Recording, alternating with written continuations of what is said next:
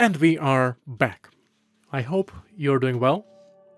This is going to be one of the final videos for this video series, at this time at least. I certainly see myself coming back to this topic because I barely scratched the surface. There are more elements to explore and try to convert them, to use them, to apply them in the musical world, instrumental music, and absolute pieces of music. And I also see myself potentially going over, analyzing a couple of pieces of music, making a video out of that while applying the principles, the elements of the system, thus providing a direct, practical example of how to do it, how to apply it, beyond just lecturing element. However, we have this video right now, and it is going to be about creative state. It's also one of the final chapters of the book. And Stanislavski divides it into inner creative state. Then out of a 600-page book, he puts only 1 or 2 pages talking about the outer creative state. I will mention it as well. And then he summarizes the whole thing in the chapter about general creative state, which basically combines both of them together. So, in this video, primarily I will be talking about the inner creative state, which is basically the right headspace, creative headspace, as we're preparing for the performance and as we're performing. Before going any further, it's worth taking 100 steps back and just quickly remind ourselves the answer to the question, what is psychotechnique? What it consists of, what is it for, and so on. The short answer, one sentence answer, would be psychotechnique provides us with the ability to bring creative state or inspiration to the forefront at the time when it's necessary. As Boris Berman was calling it in his book, it's technique of the soul. I was paraphrasing it, it's like inspiration on demand or inspiration on call in the very first video of this series, and so on. And the psychotechnique consists of all of the elements that I have been discussing so far in the videos and many other elements that I haven't been discussing in these videos. So Stanislavski was saying that we are using various elements for our studies. Magic ifs, circumstances, decoys, and so on. And then the longer we apply them, the greater their unity becomes. And then as a result, that creates a particular state of mind, or creative state of mind, which he defined. Creative state is heightened, almost natural human condition that occurs rarely, but is intensely rewarding. Just like in the previous video, once again he brings back the point that it's the creative state is the two-edged sword. Because he says it's better than the normal state in some ways, normal human state of mind, and it's worse for some other reasons. It's worse because we are creating in public, and it is an unnatural act, at least initially. But truly, if you think about it, we spend majority of our time alone or with other people, but in the practicing, in the rehearsing environment. And then we actually perform, we create on the spot in public on the rare occasions. So the only way for that to start feeling more natural is, well, of course, to perform more frequently. But we need to get there. So as he was pointing out, there is a high risk of factors such as exhibitionism, theatricality to come to the surface. In our case, perhaps the qualities would be negative qualities, would be showing off, being extra speedy, extra quick, extra virtuosic at the times where the character doesn't benefit from such a exploitation. He was also saying that it's better than the normal state because, practically for the same reason, but primarily because of the public solitude, which is unknown to us in the real life. I was talking about public solitude a number of videos ago, I believe in the video in which I was talking about concentration, so you can go back to that one, or if that one wasn't clear enough, write something in the comments, and I will try to record something even more confusing. He was saying that when we are in the right creative state, our playing is as effortless as we make it to be in the practice room. This is with a bit of my twist on it, but let me repeat it because it's a good phrase to write down. When we are in the right creative space or in the right headspace for the performance, or at the time of the performance, our playing, our performing is as effortless as we make it, as we achieve it, as we make it happen in the practice room. He was saying that the artist, when they are able to create spontaneously, when the internal emotions, how we feel inside, or our internal state in our headspace, is in line, all the emotions are in line with external expression, outer state, basically our body, and body being available, all the parts of the body being available for the performance, then the performer will say that, well, today I'm in the good mood, I can create well. However, when the opposite is true, when the creative state does not arise naturally, the performer would feel out of shape and would be blaming poor performance to a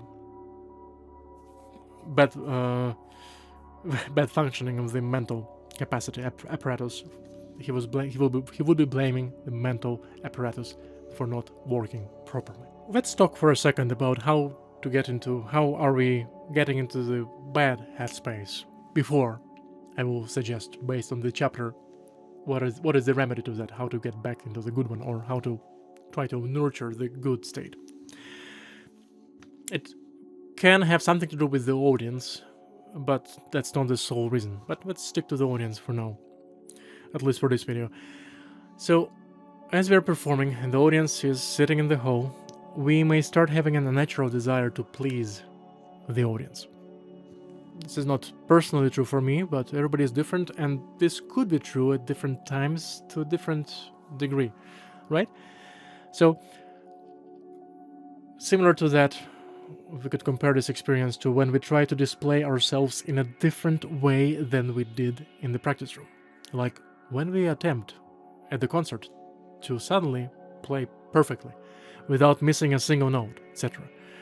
Or when we're trying to conceal our true mood, true mind, when, for example, we are trying to show that we are feeling inspired and we're experiencing something, while honestly, there is not a single emotion that goes through our mind because we might be too nervous to feel anything in this particular moment.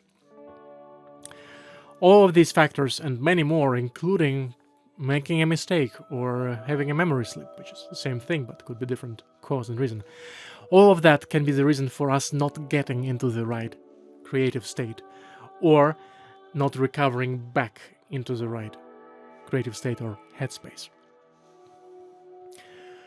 He was talking about the indivisibility of all of the elements in the creative state. As I was saying at the beginning of the video, all of the elements that we're using in our studies, and if we use them right, then they become one.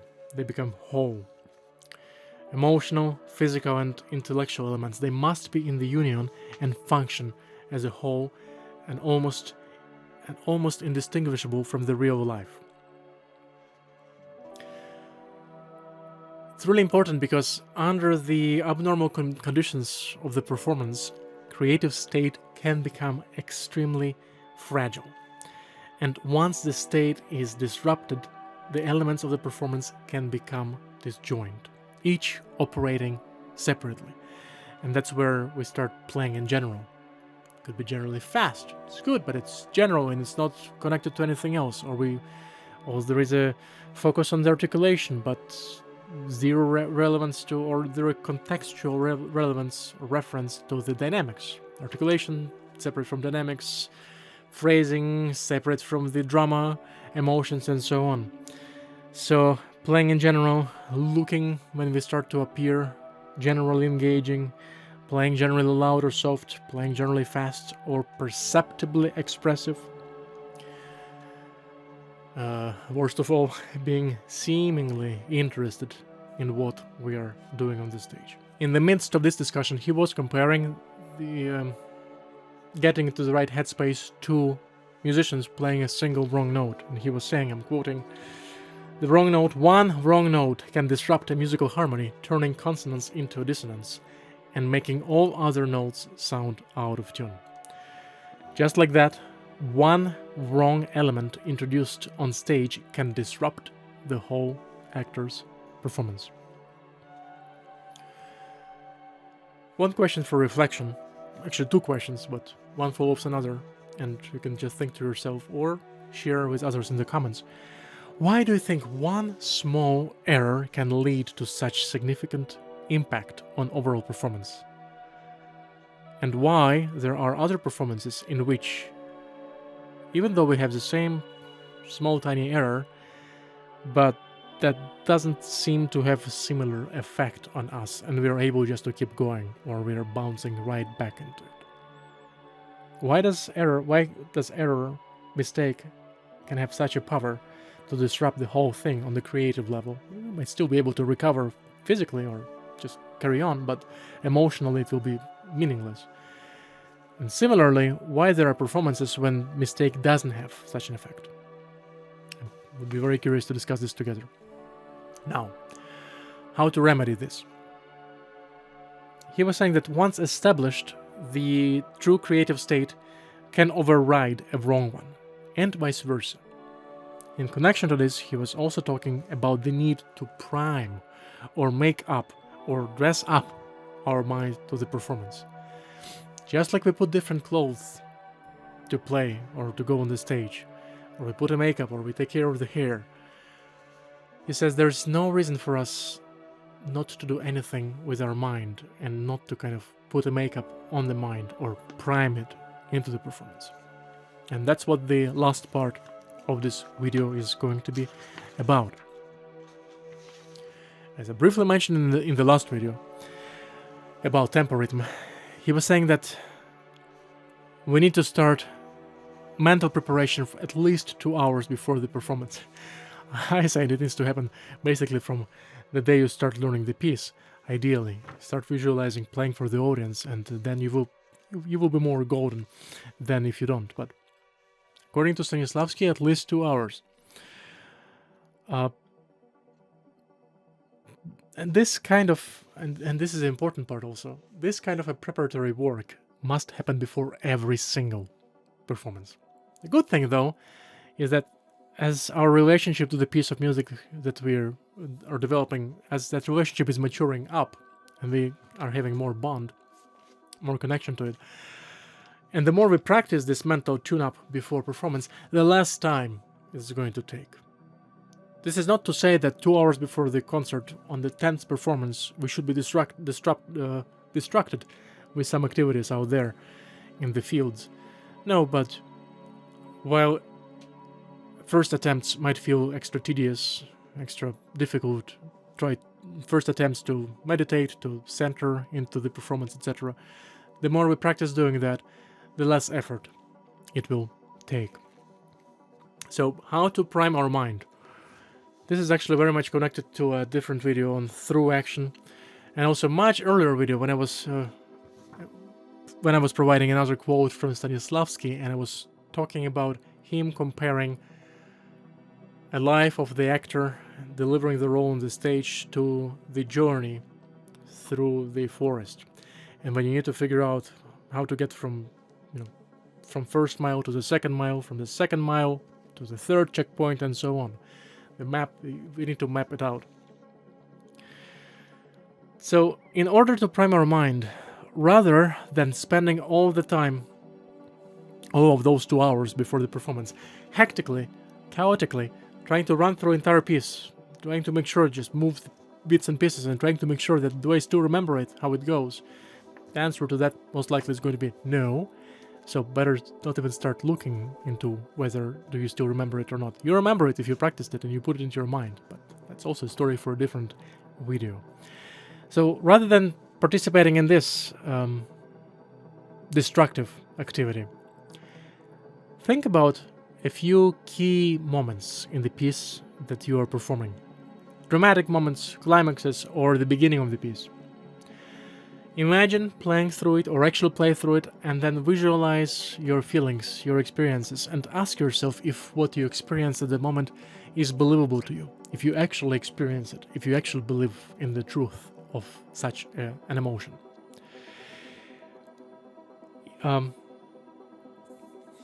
If the answer to that is no, and so to backtrack for 1 second, so you can look at the beginning of the piece, any key phrases, key moments, key ideas for the sections, different movements and such. So then if your answer to the question, if you believe in what you're playing, if you believe in the genuine emotion of it, is no, then we need to try to find new circumstances, new decoys, new trigger for our emotion memory, new trigger for our experiencing.